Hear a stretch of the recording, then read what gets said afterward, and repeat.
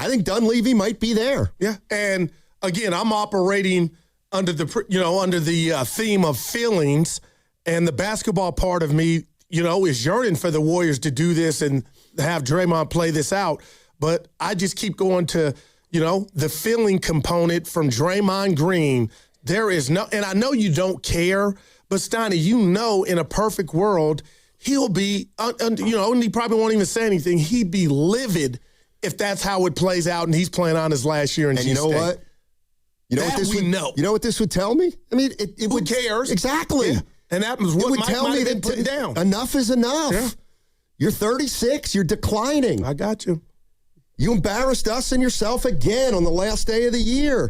You're under contract for 28. You're already not a $28 million player. You got a 4-year deal 4 years ago. Right. We gave you a player option. Dude. Right. I got it. You're winning. Put your money where your mouth is and show us that you're willing to leave this place in a better place than you got here by doing the right thing like you said you would do. Spike Lee. It's really that simple. Yeah. I can't wait for this to play out. All right. Here's another thing. What do you think about this? And by the way, Mike Dunleavy's talking to the media at noon today. We're going to take that live, and then he's going to join us right here, Guru and myself, on 95.7 The Game shortly afterwards, probably around 12:45. So we're going to get a lot of Mike Dunleavy today. How about this? There's growing momentum toward a deal to bring Porzingis back. I was just going to bring him There's up. growing momentum toward a deal to bring Porzingis back. And what he says is it's going to have to be a short-term deal. Now, if they don't want to go into that second year for Draymond, they probably don't want to go into the second year for Porzingis, but they might have to. Mm-hmm. So maybe what they do with Porzingis, can they get him for 2 for $30 with a team option for the second year? I don't know if he's going to go for that, but I think that's the game they're trying to play. I'll tell you what. Again, it's nothing about the basketball part of it in regard to just his DNA. I won't even call him Baby Wemby because he's a champion.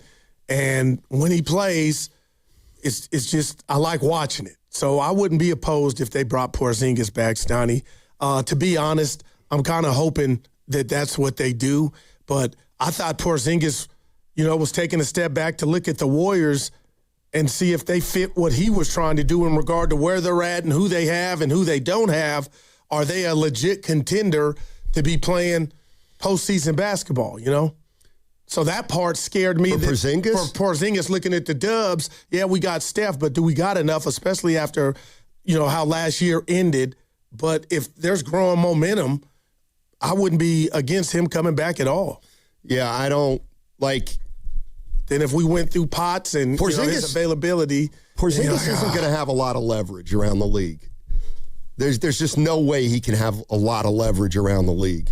And so if I hear Kristaps Porzingis utter to an agent, wouldn't mind playing for a contender. You're gone. See ya. Because we're not a contender. You know that. And so that was in the same Slater story, huh? Yes. All right. Horford hasn't made his decision. The assumption is Melton's definitely going to opt out. Whether they bring him back or not, we'll see. But Horford's an interesting one. I think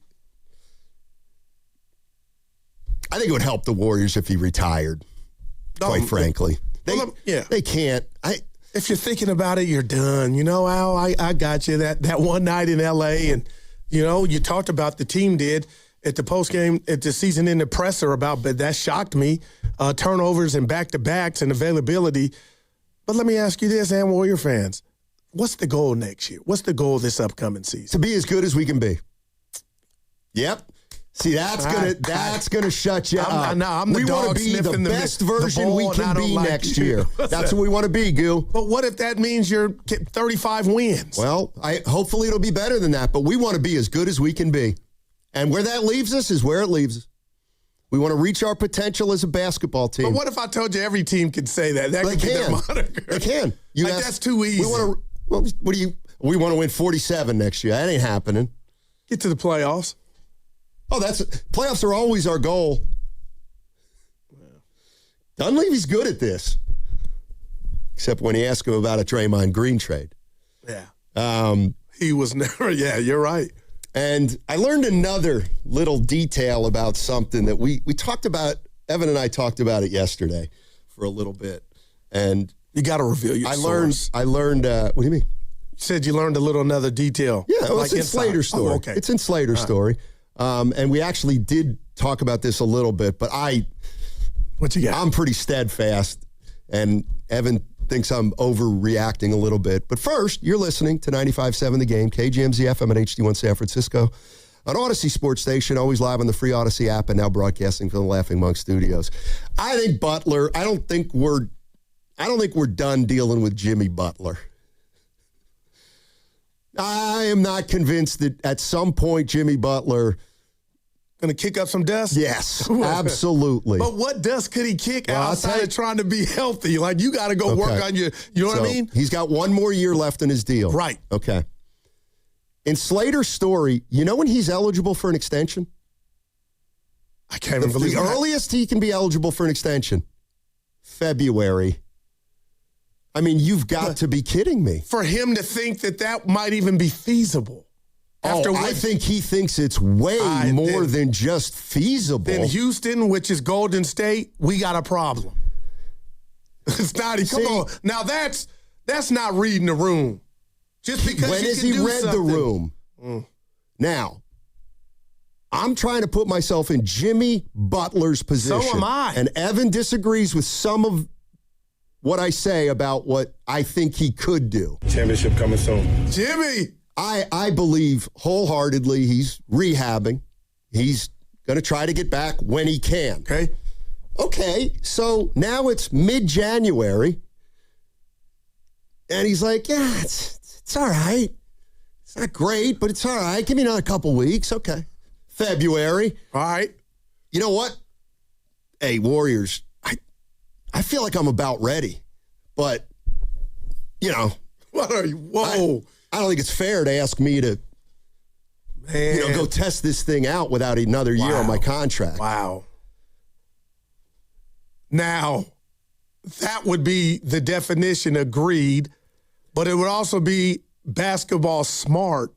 Exactly. But there's another player involved, which is the team, and I think that would be asinine to think. I think what's asinine is for engine just people blew a gasket and I'm going to go get new interior? Come on. And I feel it is beyond naive, and we do it all the time, to think that a guy who has sabotaged teams in the past for personal gain wouldn't do it because we're the Warriors. I mean, you can ask, but the Warriors doing that would be, come on. That's why we would be, I believe the Warriors will see this coming if they don't already. And that's why they will move. Okay. They will move Jimmy Butler. I got you. Like, I don't believe Jimmy Butler's going to play anymore for the Warriors. Okay, and listen, I love Jimmy and what he did in a short time, and I think we've seen the best of Jimmy.